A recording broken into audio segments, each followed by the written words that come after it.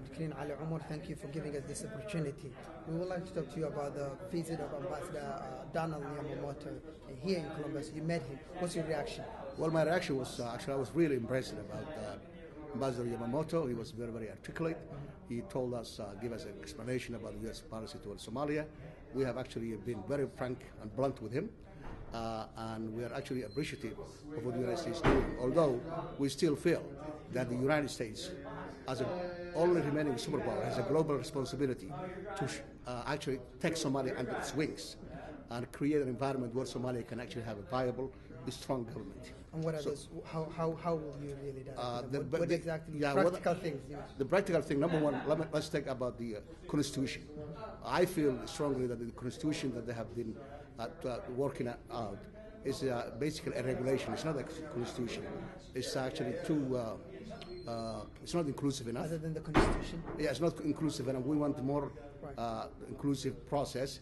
We're also actually against what Mahiga is doing in Somali politics, because it seems to me that he's acting like actually Viceroy of Somalia. We want Mr. Mahiga to be replaced. We want somebody who's impartial. Apparently, he's partial. He's actually with the Sharifs, so I think that he cannot be an honest broker, if you will, for the process. We want somebody else. So we will tell that to the Secretary of State. What about the reaction of the U.S. Somali diaspora? Well, the reaction, actually, the majority of the Somalis are not actually satisfied so far. Satisfied with the process, which is actually whether it's the process of the Constitution. Process of the Constitution, selecting the Constitutional Assembly. You cannot have a process whereby the two Sharifs are going to select the people who are going to elect the parliamentarians. That is actually not fair. What you need is an outside process whereby it's inclusive, that you ask every Somali region, the people, the elders, the Suldans, the Ugasis, actually to select their own parliamentarians. But what do you say? We're going to set up a committee. When you say we're going to set up a committee by Mr. Mahiga and his cohorts, that they will select the people who are going to elect, if you will, or elected parliamentarians. That is actually an unfair process. What are the positive things that can be rebuilt on? Built on, or that the ambassador talked about? I think the ambassador is actually very. He says by there will be no more extension, which is really good. That the United States will be engaged fully about the process, and we are actually very, very appreciative of that. But we want more. The United States has to take Somali issue under its wings.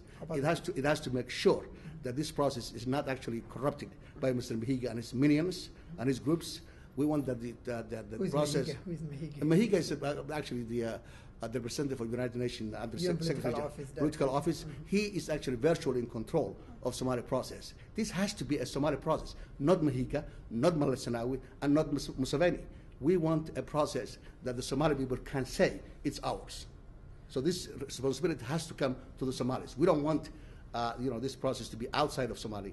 We now know that they have actually these two Sharifs brought to Mogadishu a people that they think is going to elect them again.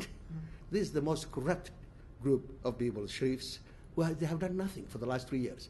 You have 12,000 troops from AMISOM. Somalia has become a welfare state where the Ugandans and Ethiopians are getting money from the West, from the United States, from Europe, to actually say we're going to have soldiers in Somalia. So this basically, they are trying to give their soldiers some kind of money. Okay, Ambassador Donald Yamamoto also talked about training for the Somali soldiers. Right. How do you see that? Well, I actually support that, but so far what they have trained is a tribal militia. They have trained Sharif's group. They haven't trained any other parts of Somalia. They have trained in Mogadishu. That is actually a selective training. We feel the United States must train Somalis from different regions of Somalia. At the same time, the United States also has to be very clear and unambiguous, saying that Somali national unity and territorial integrity cannot be compromised. The United States hasn't done that yet.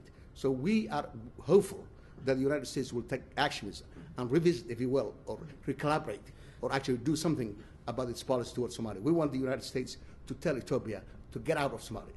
We want the United States to tell Kenya to get out of Somali territory. That's what we want. Thank you very much. Thank you very much.